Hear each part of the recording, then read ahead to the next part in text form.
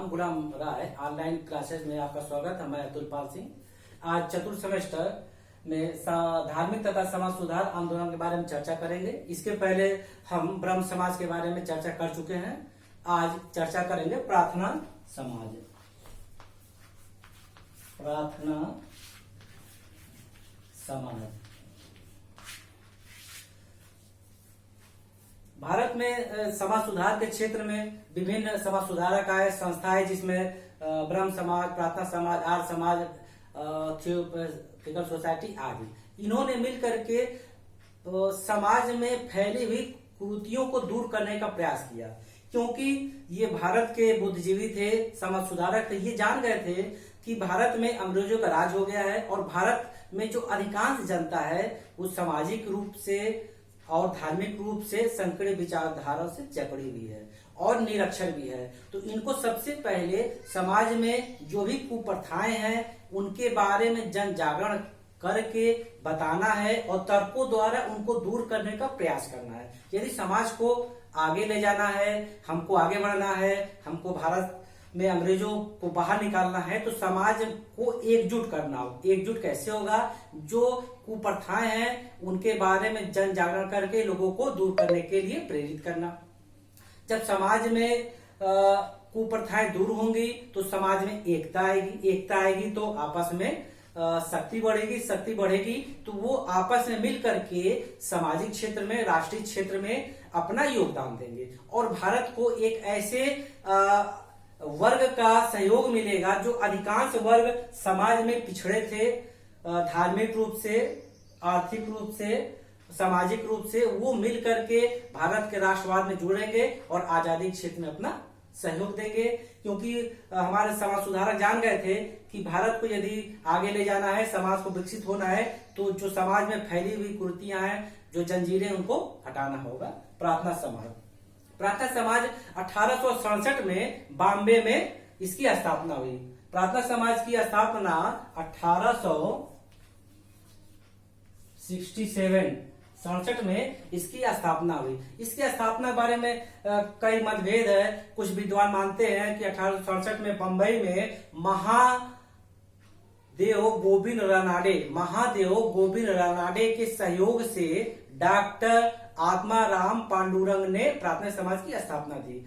कोई कहीं कुछ पुस्तक में यह भी मिलता है कि महादेव गोविंद रानाडे और आत्माराम पांडुरंग ने प्रार्थना समाज की स्थापना की। अगर आपके विकल्प में दोनों आता है तो दोनों आंसर लगा सकते हैं। अगर एक आता है कि डॉक्टर आत्माराम पांडुरंग ने की तो आप इसको भी लगा सकते हैं। दोनों अपने स्तर पर सही है। आगे चर्चा करते हैं। इन्होंने जो ये प्रार्थना समाज की स्थापना की, इसका मुख्य उद्देश्य था धार्मिक सुधारों की अपेक्षा, अर्थात धार्मिक सुधारों की अपेक्षा सामाजिक सुधार पर अधिक बल देना। प्रार्थना समाज धार्मिक सुधारों की अपेक्षा सामाजिक सुधार पर अधिक बल देने के पक्ष में थी। क्यों? क्योंकि जानती थी यदि समाज को आगे बढ़ना है तो समाज में जो भी कुप्रथाएं हैं, कुरीतियां हैं, उनको दूर करके ही हम आगे बढ़ पाएंगे। और इसके लिए सब धार्मिक की अपेक्षा यदि सामाजिक क्षेत्र में ज्यादा काम करेंगे, ज्यादा प्रयास करेंगे, तो हमको ढेर सारे ऐसे वर्ग का सहयोग मिलेगा जो समाज में अपना योगदान देंगे। तो इस संस्था द्वारा कुछ विशेष कुप्रथाओं पर विशेष ध्यान दिया गया, जिसमें है जाति प्रथा, बाल विवाह को समाप्त करना, विधवा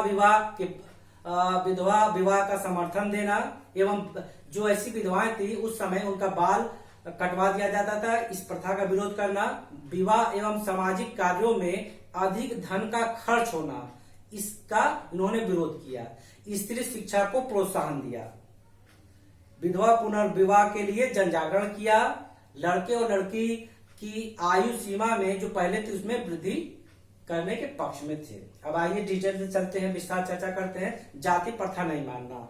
प्रार्थना समाज का जो विचार था कि भारत में वो चाहे हिंदू, मुस्लिम, सिख हो या हिंदू धर्म में तमाम ऐसी जाति थी, क्षत्रिय, ब्राह्मण, वैश्य, शूद्र आदि थे। इस आधार पर भेदभाव न हो, जात आधार पर ना हो, क्योंकि सब ईश्वर की संतान है। जब ईश्वर की सब संतान है, ईश्वर द्वारा सब मनुष्य बनाए गए, तो हम कौन होते हैं कि आपस में भेदभाव रखने के लिए। जब आपस में हम भेदभाव रखेंगे तो उस समय अंग्रेजों का बोलबाला था, अंग्रेजों का प्रभाव था, शासन था, तो वो इस चीज का लाभ उठाएंगे। फूट डालो, राज करो। जैसे कि हम जानते हैं 1857 में और उसके पहले भी ये समय समय पर अंग्रेजों द्वारा एक चाल रही है कि फूट डालो राज करो, वो जाति के नाम पर हो, धर्म के नाम पर हो, आर्थिक स्थिति के नाम पर हो या पद के नाम पर हो। इस आधार पर वो हमको भारतीयों को समय समय पर लड़ा करके अपना स्वार्थ सिद्ध करते चले आए हैं।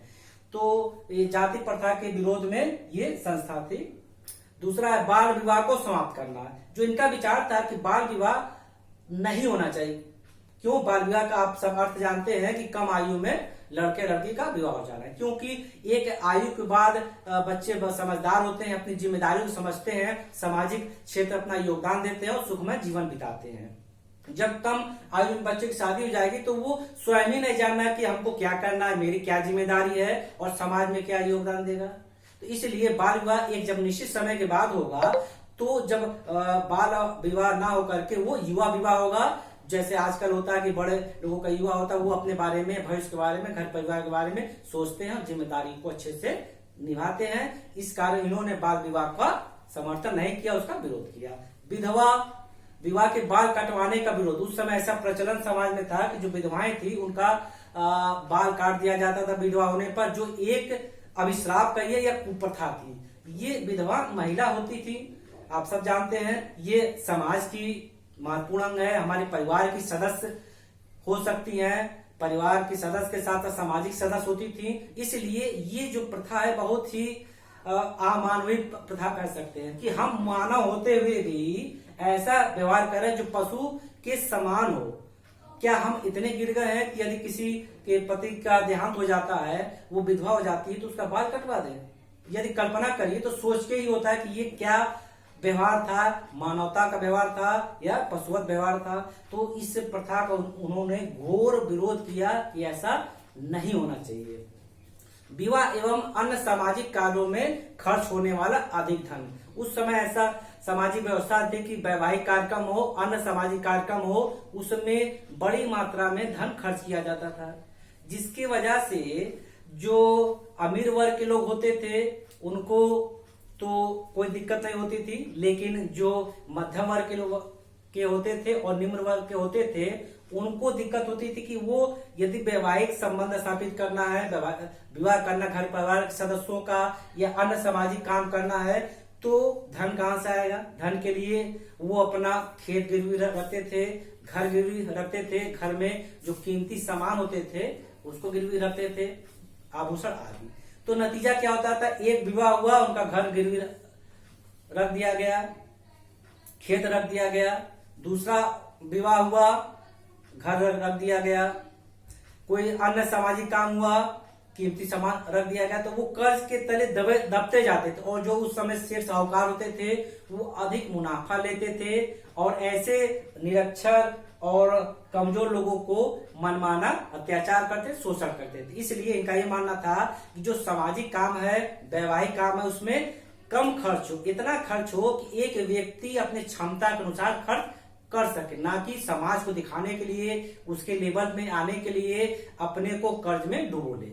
ऐसा वो ये संस्था या इसके संस्थापक नहीं चाहते थे। इस कारण इन्होंने ऐसे सामाजिक कामों में अधिक धन खर्च जो होता था उसका वो कड़ा विरोध किए। स्त्री शिक्षा को प्रोत्साहन देना, ये बहुत महत्वपूर्ण विषय है। स्त्री शिक्षा को प्रोत्साहन देना अर्थात ये जानते थे कि समाज में जो कुरीतियां हैं बहुत कुछ स्त्री शिक्षा देके समाप्त की जा सकती है, क्योंकि हमारे जो जनसंख्या में लगभग 40 से 45% आधा से कुछ कम महिलाओं की स्थिति होती थी। यदि हम महिलाओं को शिक्षित करेंगे तो एक महिला को शिक्षित करने का मतलब है एक परिवार शिक्षित करना, एक परिवार शिक्षित करने का मतलब है उसके सदस्य को शिक्षित करना। धीरे धीरे ये शिक्षा इस प्रकार फैलेगा, प्रकाश इस प्रकार फैलेगा आस पास वो ज्ञानमय हो जाएगा, प्रकाशमय हो जाएगा। जो भी कुरीतियां हैं, कुप्रथाएं हैं, शिक्षित होने के बाद व्यक्ति विशेषकर महिला स्वयं समझेगी और अपने विकास के लिए, समाज के विकास के लिए, घर परिवार के विकास के लिए वो अच्छा व्यवहार करेगी। तो स्त्री शिक्षा को प्रोत्साहन देने के लिए इन्होंने विशेष रूप से प्रयास किया।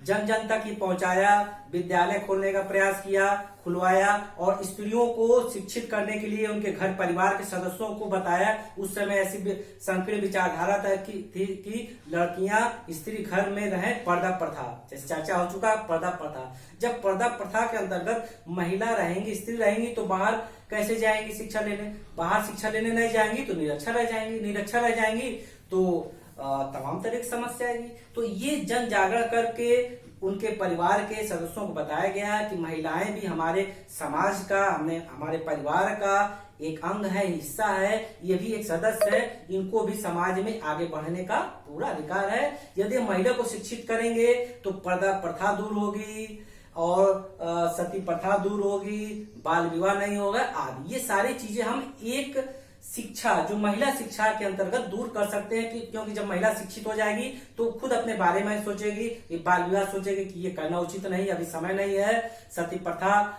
का जो प्रथा थी उसको भी वो गलत साबित करेगी। पर्दा प्रथा में रहने का कोई प्रश्न नहीं। जब महिला बाहर जाएगी, विद्यालय में जाएगी शिक्षा लेने तो पर्दा का कोई बात नहीं। तो सती प्रथा क्यों होती थी, इस पर चर्चा करना चाहेंगे, जो स्त्री शिक्षा से कहीं न कहीं जुड़ी है।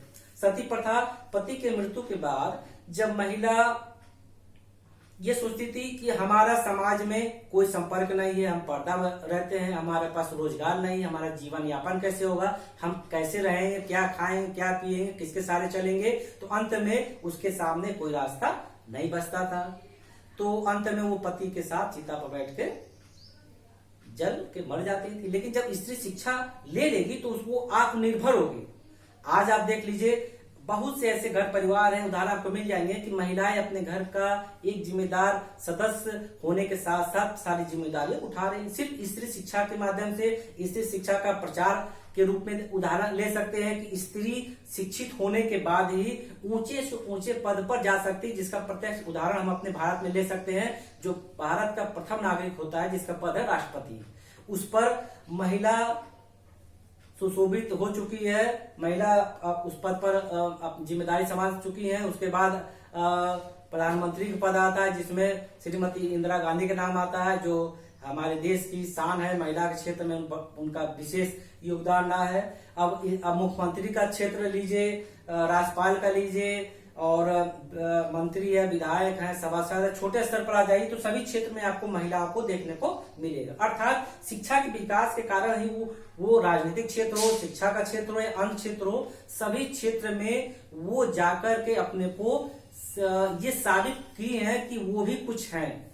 जैसे एक उदाहरण देखना चाहेंगे, हम बताना चाहेंगे कि जब हाई स्कूल और इंटर का रिजल्ट आता है तो आप खुद देखते हैं लड़के और लड़कियों का परसेंटेज, हमेशा से लड़कियों का परसेंटेज लड़कों की अपेक्षा अधिक रहता है। क्यों? क्योंकि हम उनको आगे बढ़ने का अवसर देते हैं। जब आगे बढ़ने का अवसर देते हैं तो वो महिलाएं निखर के सामने आती है। वो हमारे परिवार का, हमारे समाज का अंग है और भारत का ही नहीं, विश्व में या कहीं भी लीजिए, जनसंख्या का एक बहुत बड़ा हिस्सा महिलाओं का है। अगर वो भी हमारे उत्पादन में, विकास में योगदान देंगी तो हमारा देश, समाज बहुत आगे जाएगा। और प्रार्थना समाज में इसके आगे विधवा पुनर्विवाह को प्रोत्साहन इन्होंने दिया। ये माना कि यदि विधवा पुनर्विवाह को प्रोत्साहन देंगे तो जो सती प्रथा द्वारा विधवाओं की स्थिति बढ़ी है वो नई समाज में उनको अच्छा सम्मान मिलेगा, वो भी एक अच्छे व्यक्ति महिला के रूप में समाज में जीने का हक मिलेगा। लड़के और लड़की की आयु में वृद्धि करना, जो पहले था उसमें कुछ इस समाज द्वारा वृद्धि करने का अनुरोध किया गया कि बच्चे जब बड़े होकर करके अपने जिम्मेदारी संभालेंगे तो घर परिवार और समाज को अच्छा अपना योगदान दे पाएंगे। इस प्रकार आज हम लोगों ने सीखा कि प्रार्थना समाज के बारे में सीखा।